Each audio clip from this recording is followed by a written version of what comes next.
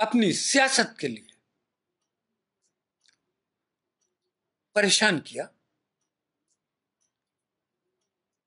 تو پھر ہم متحد کیوں نہیں ہوتے؟ کیا یہ بات غلط ہے کہ مغربی بنگال کے 1 درجن سے زیادہ انتخابی حلقوں میں اسد الدین کی آواز، توقیر رضا خان بریلوی صاحب کی آواز بہت معنی رکھتی ہے؟ 18 جنوری کو بنگلور میں سی کے جعفر شریف صاحب کے چہلم کے موقع پر مولانا توقیر رضا خان بریلوی، ہم اور وہ اتفاق سے منچ پر ایک ساتھ ہی بیٹھے تھے. قومی سیاست پر گفتگو بھی ہوئی. غلام نبی آزاد بھی موجود تھے، ان سے بھی بات ہوئی. نتیجہ، جہاں ہم 5 سال پہلے کھڑے تھے آج بھی وہیں کھڑے ہیں. کیا یہ الیکشن ہماری دشمنی میں اضافے کے لیے ہے؟ کیا یہ الیکشن ہمیں اپنے دوستوں کو منتخب کرنے کے لیے ہے؟ کیا یہ الیکشن ہمارے لیے حق اور انصاف دلانے کے لیے ہے؟ آج خود سے یہ پوچھنا ہوگا.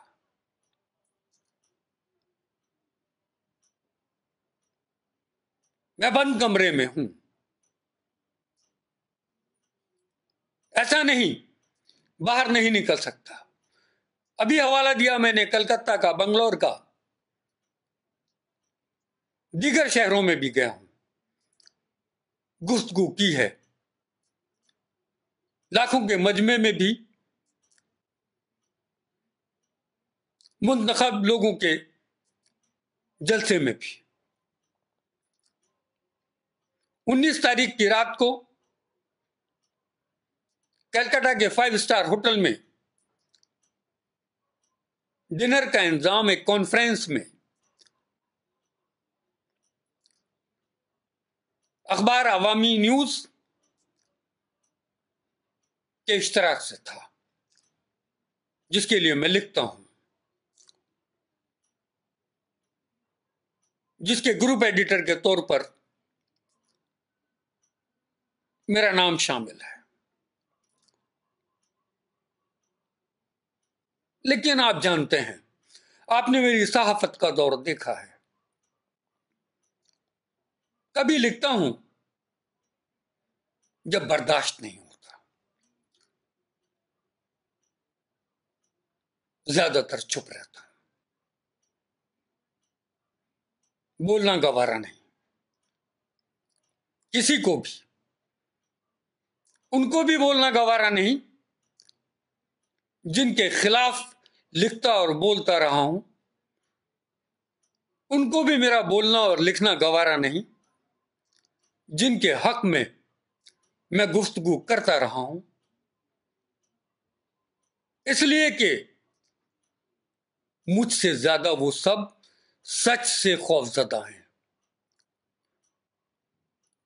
جو بھی سچ بولے گا اس چہرے میں انہیں اپنا دشمن نظر آئے گا.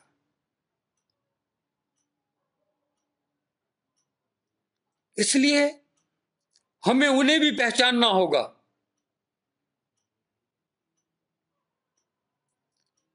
مانتا ہوں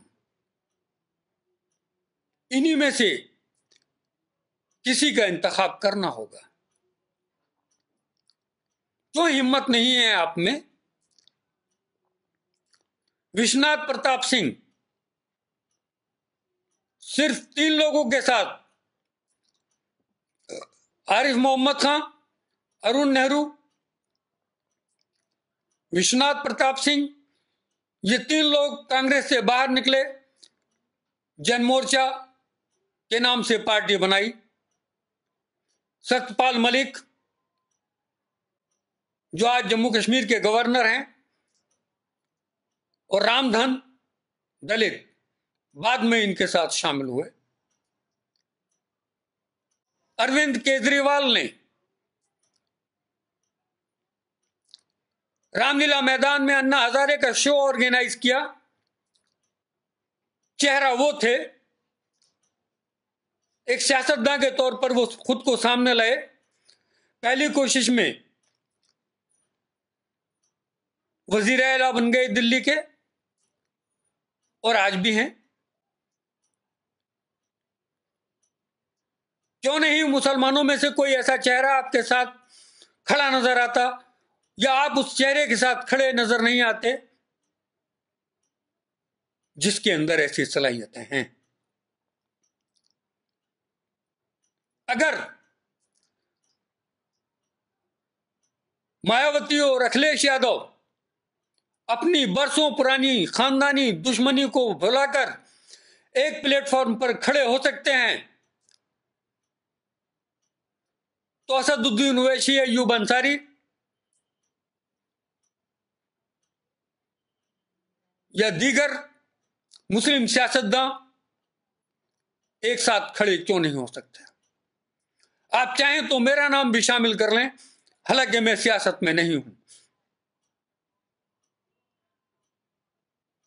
ذاتی معاملات کا وقت نہیں ہے، ذاتی نظریات کا وقت نہیں ہے، ذاتی پسند ناپسند کا وقت نہیں ہے۔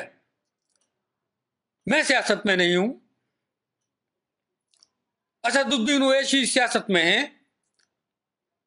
مہاراشٹر میں ان کی پارٹی ہے۔ میرا زیادہ وقت ممبئی میں گزرتا ہے۔ پرکاش امبیڈکر سے ان کا علاقہ ہے، نہیں کانگریس کو مجبور کیا جاتا، شرد پوار کی پارٹی کو مجبور کیا جاتا مسلمانوں کے ذریعے کہ اسد الدین اویسی کو ساتھ لے کر چلیں۔ اس آواز میں ان کا ساتھ دوں گا۔ پیس پارٹی کا وجود ہے مہاراشٹر میں، کیڈر ہے ان کا، کیوں نہیں ایوب انصاری کو ساتھ لے کر چلنا چاہتے؟ میں پورے ہندوستان کی بات کر رہا ہوں۔ گجرات کے ہاردک پٹیل کا نام پٹیل برادری کے نمائندے کی حیثیت سے سارے ہندوستان میں جانا جا سکتا ہے۔ جگنیش موانی کا نام سارے ہندوستان میں جانا جا سکتا ہے، بھیما کورے گاؤں کے واقعے کی وجہ سے۔ چندر شیکھر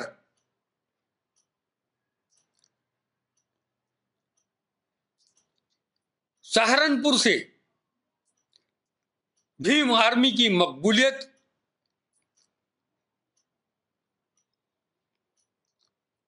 اس مقام تک پہنچی کہ پرینکا گاندھی ان سے ملنے کے لیے گئی۔ کیا ایوب انصاری، اسد الدین اویسی چندر شیکھر سے چھوٹے قد کے سیاستداں ہیں؟ پسند کرتا ہوں کنہیا کمار کو،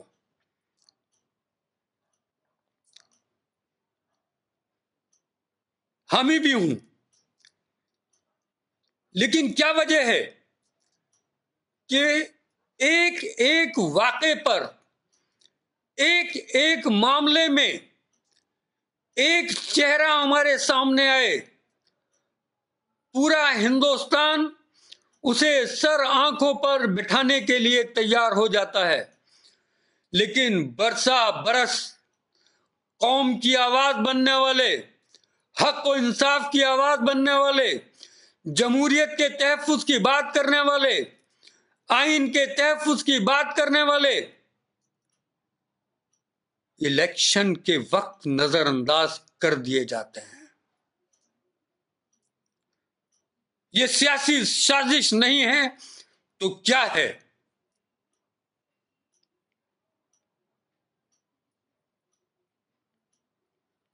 آدھی رات کے بعد میں آپ سے گفتگو کے لیے حاضر ہوا۔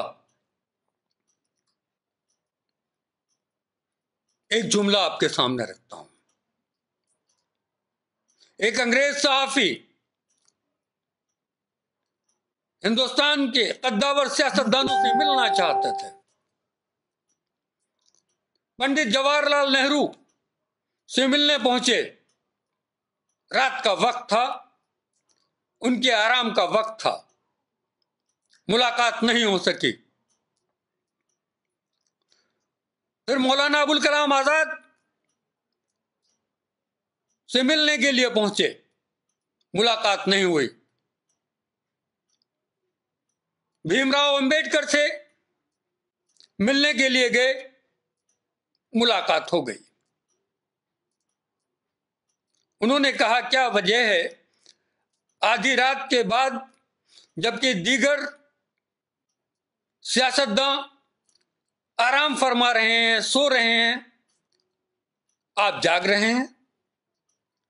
ان کا جواب تھا ہاں وہ سو سکتے ہیں، اس لیے کہ ان کی قومیں جاگ رہی ہیں۔ میں اس لیے جاگ رہا ہوں کیونکہ میری قوم سو رہی ہے۔ کوئی موازنہ نہیں بھیم راؤ امبیڈکر سے، لیکن سبھی کی اچھی باتوں سے کچھ نہ کچھ سیکھا جا سکتا۔ میں جاگ رہا ہوں اس لیے کہ میری قوم کے رہنما سو رہے ہیں۔ میں نے نہیں کہا میری قوم سو رہی ہے، تڑپ رہی ہے، مگر رہنما سو رہے ہیں۔ کسی کو اپنی مذہبی وراثت بچانا ہے، کسی کو اپنی سیاسی جاگیر بچانا ہے، کسی کو سیاست میں حصے داری برقرار رکھنا ہے،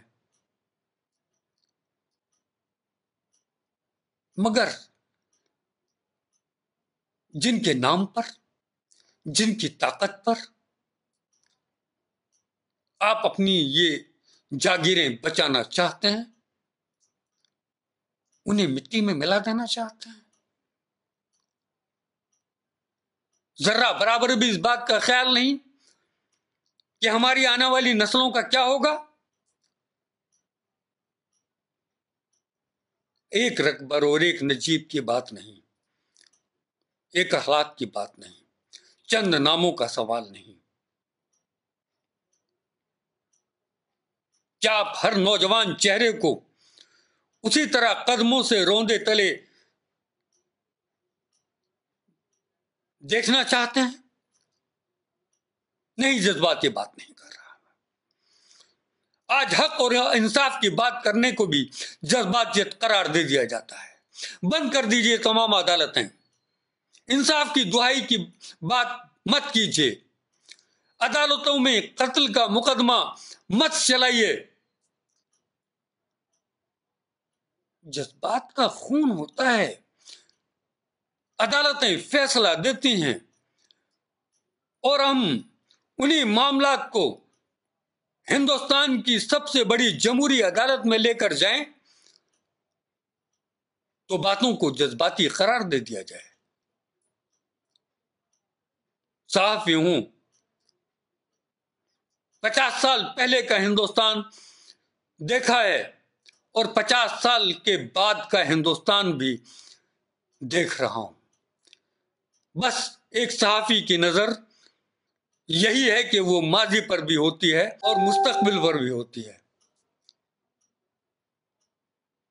شاید پھر کسی دن آپ سے خطاب کروں، شاید لکھوں ایک دو دن میں وہی جو اس وقت میں بول رہا ہوں۔ درخواست کرتا ہوں آپ سب سے، شیئر کریں، میری اس گفتگو کو زیادہ سے زیادہ بڑے دائرے میں پہنچائیں۔ کوئی ایک دشمن نہیں ہے ہمارا، ہر وہ شخص ہمارا دشمن ہے جو ہمارے لیے حق اور انصاف کو ہم سے دور کر رہا ہے، جو ہم سے ہماری نمائندگی کو چھین رہا ہے۔ یہی تو ہوا تھا 1947 میں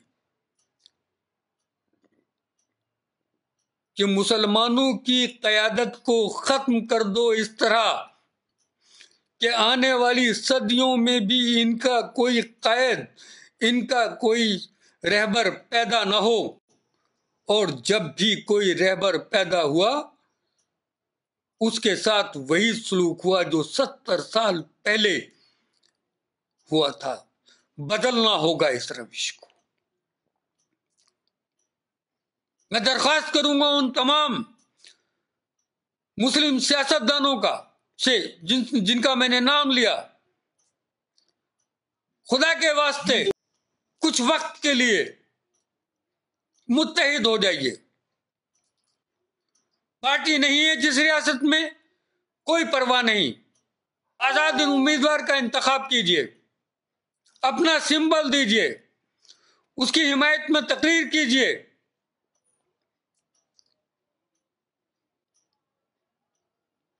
اسے پارلیمنٹ میں پہنچائیے۔ شاید پھر آپ ایک ریاست کے، ایک شہر کے، ایک علاقے کے لیڈر نہ کہلائیں، اس لیے کہ یہ سچ ہے کہ آج یہ 4-5 نام ہی جن کا ذکر میں نے کیا پورے ہندوستان کی سیاست میں پہچانے جاتے ہیں۔ مجھے ان سب کو اس حیثیت میں دیکھنا ہے کہ یہ اپنے ساتھ اتنی بلند باوقار آوازوں کو ساتھ لے کر پارلیمنٹ میں پہنچیں کہ جب یہ کھڑے ہوں تو صرف سرکار کے حوصلے ہی پست نہ ہوں، بلکہ پھر کوئی ایسا قانون بنانے کی جرت نہ کر سکے جو حق تلفی اور ناانصافی پر مبنی ہو۔ میں رات بھر بھی آپ سے گفتگو کروں تو کم ہے، مگر تمام کرنا ہوگا۔ جانتا ہوں میں کہ اتنی طویل گفتگو کو سننا بھی اور آگے پاس کرنا بھی آسان نہیں ہوگا، اس لیے باتوں کو ٹکڑوں ٹکڑوں میں کرنا ہوگا۔ آج کی گفتگو اس آخری جملے کے ساتھ تمام کرنا چاہتا ہوں کہ خدا کے لیے ان باتوں پر غور کریں، سوچیں اور یہ طے کریں کہ کمزور کا ساتھی، کمزور کا دوست اپنے گھر میں، اپنے خاندان میں، اپنی برادری میں بھی کوئی نہیں ہوتا۔ اگر آپ پورے ملک میں خود کو اس درجہ کمزور بنا لو گے تو یقین جانو اس گمان میں رہ جاؤ گے کہ فلاں آپ کا دوست ہے، فلاں آپ کا ہمدرد ہے۔ کوئی آپ کا دوست نہیں ہوگا، کوئی آپ کا ہمدرد نہیں ہوگا۔ آپ اپنے دوست بن جاؤ، پورا ملک آپ کا دوست بن جائے گا۔ وہ جو آپ کے دشمن ہیں ان کی دشمنی بھی ختم ہو جائے گی۔ آپ کمزور ہیں اس لیے وہ آپ کی کمزوری کا فائدہ اٹھا کر آپ پر اپنی طاقت کا زور آزما لیتے ہیں۔ بس انہی چند لفظوں کے ساتھ اب میں آپ سے اجازت چاہوں گا۔ انشاءاللہ پھر کسی دن آپ سے گفتگو ہوگی۔ آج کی اس بات چیت پر میں آپ کی رائے کا منتظر رہوں گا۔ جو باتیں میرے سامنے آئیں گی ان سب کا بھی میں جواب دوں گا۔ ابھی بھی جو میں کمنٹ اپنے سامنے دیکھ رہا ہوں میں ان سب کا بھی جواب دوں گا۔ جو لوگ مجھ سے گفتگو کرنا چاہتے ہیں وہ بے شک مجھ سے بات کر سکتے ہیں۔ مجھے کمنٹ باکس میں میسج کریں اپنا نمبر، سہولت کے حساب سے میں خود انہیں فون کروں گا، ان سے بات کروں گا۔ اب اجازت چاہوں گا. شکریہ. خدا حافظ. جے ہند.